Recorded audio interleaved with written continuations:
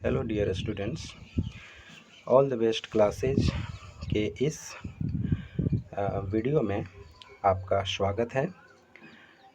आज हम इस वीडियो में 12वीं क्लास के एनसीईआरटी मैथ का प्रश्नावली 5.8 का डिस्कस करेंगे। इस चैप्टर में हमें दो तरह के प्रमेय पढ़ने हैं। एक प्रमेय का नाम है रोले प्रमेय और दूसरे प्रमेय का नाम है माध्यमान प्रमेय। अगर हम बात रोले प्रमेय की करें तो रोले प्रमेय के अनुसार यदि कोई फलन f(x) R में इस प्रकार परिभाषित हो कि क्लोज्ड इंटरवल a b के लिए संतत हो और ओपन इंटरवल a b के लिए अवकलनीय हो, साथ ही f(a) का मान f(b) के मान के समान हो, तब हम f' बराबर 0 लेकर c का एक मान ज्ञात करते हैं। यदि c का मान a और b के बीच में होता है, अर्थात c सदस्य होता है a और b के अंदर का, तब हम कहते हैं कि यह फलन रोले प्रमेय को सत्यापित करता है। आप इसे संक्षेप में ऐसे याद रखेंगे जो कि आपको मैथ को सॉल्यूशन करने में मदद मिलेगी। रोले थ्योरम के अनुसार आपको 3 महत्वपूर्ण बातें याद रखनी है। पहला कि दिए गए फलन को संतत दिखाना है, दूसरा दिए गए फलन को अवकलनीय दिखाना है और तीसरा कि दिए गए फलन में a और b का मान इक्वल करना है, मतलब f(a) का मान f(b) के मान के समान होना चाहिए। ये 3 कंडीशन जब पूरे हो जाते हैं तब आप f' बराबर 0 लेकर c का वैल्यू प्राप्त करते हैं। यहाँ याद रखेंगे f' का मतलब क्या है। f' का मतलब है हम उस फलन का अवकलन करेंगे, डिफरेंशिएशन करेंगे और x के जगह पर हम c को पुट करेंगे और c का वैल्यू प्राप्त करेंगे, मतलब अवकलन c बराबर 0 लेकर हम c का एक वैल्यू प्राप्त करेंगे और उसको देखेंगे कि c का मान a और b के बीच में है या नहीं। यदि ये सारी शर्तें पूरी हो जाती हैं तो हम कहते हैं कि ये रोले प्रमेय सत्यापित हो चुका है। मतलब रोले थ्योरम को साबित करने के लिए ये जो मैंने यहाँ पर संक्षेप में जो आपको कुछ पॉइंट्स बताए हैं, वो पॉइंट्स का पालन करना, मतलब उसकी सत्यता बिल्कुल होनी चाहिए। इनमें से यदि कोई भी कंडीशन फेल करता है तो हम कहते हैं कि रोले प्रमेय प्रमाणित नहीं हुआ। ये बात हुई रोले थ्योरम की। एक सबसे महत्वपूर्ण बात जो बहुत सारे बच्चे नहीं जानते हैं कि आखिर ये ओपन इंटरवल क्या होता है, क्लोज्ड इंटरवल क्या होता है, इसको मैंने यहाँ पर अंतर के रूप में लिख दिया है। ओपन इंटरवल आप देखेंगे छोटी कोष्ठ के अंदर होता है या फिर आप देखेंगे बड़ी कोष्ठ को उल्टा करके लिखा जाता है। बहरहाल ओपन इंटरवल की बात करें तो ये छोटी कोष्ठ में a और b होता है और इसका मतलब क्या होता है, ये सबसे बड़ी चीज़ है। मतलब इसका होता है कि x का मान a से बड़ा और b से छोटा होना चाहिए। ध्यान रखेंगे ओपन इंटरवल का मतलब है कि x का मान न तो a होता है न तो b होता है, बल्कि a से बड़ा और b से छोटा होता है। क्लोज इंटरवल जो होता है वो बड़ी कोष्ठ के अंदर होता है और इसका मतलब होता है कि x का मान a भी होता है और b भी होता है और इससे बड़ा लेकिन इससे छोटा। मतलब आप देखेंगे स्क्रीन पर अपना, x का मान a के बराबर भी होना चाहिए, a से बड़ा भी होना चाहिए, b के बराबर भी होना चाहिए, किंतु b से छोटा होना चाहिए। ये हो गई बात रोले थ्योरम को। रोले थ्योरम के लिए आप एकदम याद रखेंगे दिमाग में इस बात को कि अगर कोई प्रश्न आ जाता है कि रोले प्रमेय को प्रमाणित कीजिए, जो कि मैं इसी वीडियो में कुछ सोल्व किया हूँ, उसको आप देखेंगे तो उसमें आप 3 बातों को पहले प्रमाणित करेंगे कि फलन संतत है, फलन अवकलनीय है और फलन a और b का मान जो है वो दोनों इक्वल है। तब आप अवकलन में c को रख करके आप 0 से तुलना करेंगे और c का एक वैल्यू प्राप्त कर लेंगे। यदि ये सारी शर्तें पूरी हो जाती हैं तो आप कह देंगे कि रोले प्रमेय प्रमाणित हो चुका है। अब रह गई बात माध्यमान प्रमेय की, जिसको हम अंग्रेजी में मीन वैल्यू थ्योरम कहते हैं और इसको संक्षेप में आप लिख सकते हैं MVT, जो कि कई प्रश्नों में ऐसा ही आपसे पूछ सकता है कि MVT प्रमेय को प्रमाणित करें। तो इस प्रमेय को फटाफट हम लोग देख लेते हैं क्या है।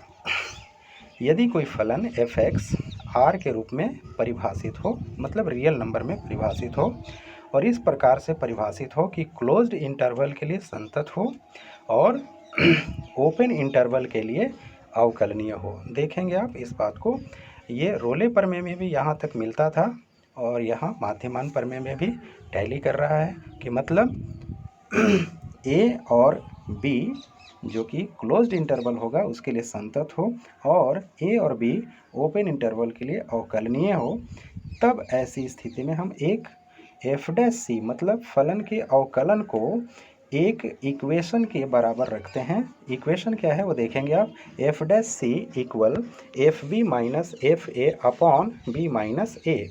इसकी तुलना हम करेंगे और सी को निकालेंगे, सी का एक मान प्राप्त करेंगे। सी का मान ए और बी के बीच में होता है, तो हम कहते हैं कि मध्यमान प्रमेय सत्यापित हो गया। मतलब यह हुआ कि एमवीटी के लिए सभी शर्तों का पालन होना आवश्यक है। यहाँ ध्यान रखेंगे, रोले प्रमेय में 3 कंडीशन के बाद एफ डैश सी बराबर 0 लेना था, लेकिन मध्यमान प्रमेय के अनुसार हम 2 कंडीशन, सिर्फ संतत और अवकलनीय के बाद हम एक कंडीशन में जाते हैं, F dash C equal F B minus F A upon B minus A, और इसकी तुलना करते हुए हम सी का मान प्राप्त करते हैं। यदि सी का मान ए और बी के बीच में आता है तो हम कहते हैं कि एमवीटी प्रमेय प्रमाणित हो चुका है। अगर हम इसको ग्राफिकल तरीके से थोड़ा सा देख लें तो ये देखेंगे कि यदि किसी फलन का हम आलेख खींचते हैं तो वो आलेख एक टेंजेंट लाइन द्वारा, स्पर्श रेखा द्वारा 2 बिंदुओं पर या 3 बिंदुओं पर कटता हो। जैसा कि आप देखें, एक ओपन लाइन मैंने बनाया है ए और एक बनाया है बी, इस दोनों के बीच में एक सी पॉइंट भी है। तो एमवीटी प्रमेय के लिए सी जो होना चाहिए ए और बी के बीच में होना चाहिए। यहाँ आप पॉइंट को देख लेंगे, बढ़िया से समझ लेंगे।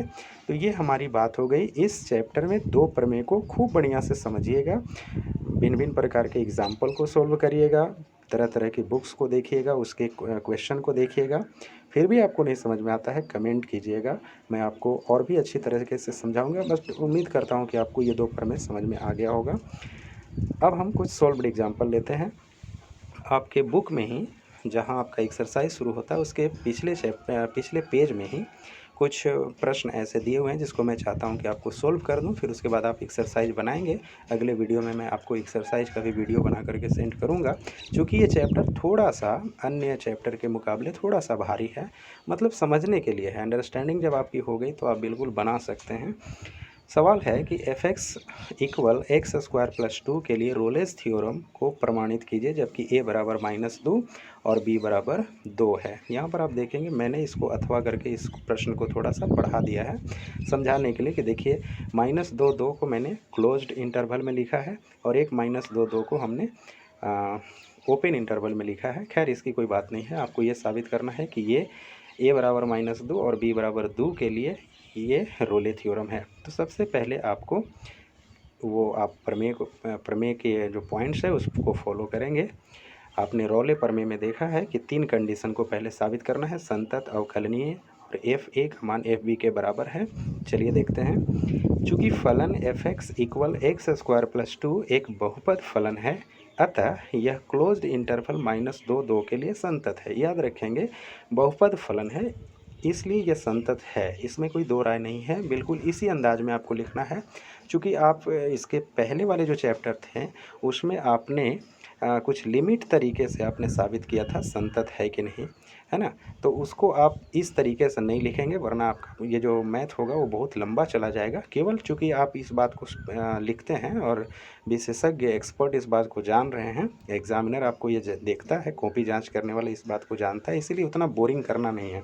सिर्फ आपको बताना है कि बहुपद फलन है, तो ये बहुपद फलन होने के कारण ये फलन एक बहुपद के रूप में है, तो बहुपद के रूप में होने के कारण ये किसी भी बिंदु पर क्या होगा, संतत होगा। तो एक तो बात हमने प्रमाणित कर दिया। दूसरी बात है कि अब इस फलन को हम अवकलन करते हैं, डिफ्रेंसिएशन करते हैं। डिफ्रेंसिएशन हमारा आप देखेंगे थर्ड लाइन में एफ डैश एक्स बराबर 2x हो चुका है। तो चूँकि हमने इस फलन का अवकलन भी किया, चूँकि ये फलन अवकलन हो रहा है, इसलिए हम कहते हैं कि एफ एक्स ओपन इंटरवल -2 के लिए अवकलनीय है। याद रखेंगे, लिखावट पे ज़्यादा ध्यान में रखना है। संतत के लिए क्लोज्ड इंटरवल और अवकलनीय के लिए ओपन इंटरवल, इस बात को ध्यान में रखना है। फिर हम तीसरे कंडीशन में चलते हैं।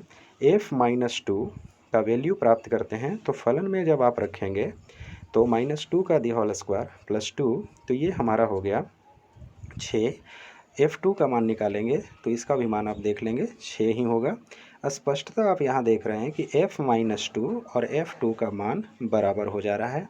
तो ये तीनों कंडीशन पूरा हो गया। देखा आपने, एक संतत भी हुआ, अवकलनीय भी हुआ, और f-2 का वैल्यू f2 के वैल्यू के बराबर हो रहा है। तो आप याद रखेंगे, रोले थ्योरम का एक कंडीशन है, एक इक्वेशन है कि अवकलन को 0 के बराबर मानना है, लेकिन अवकलन में चर की जगह पर x की जगह पर c पुट करना है। तो मैंने वही रखा है कि f' बराबर 2c हो गया।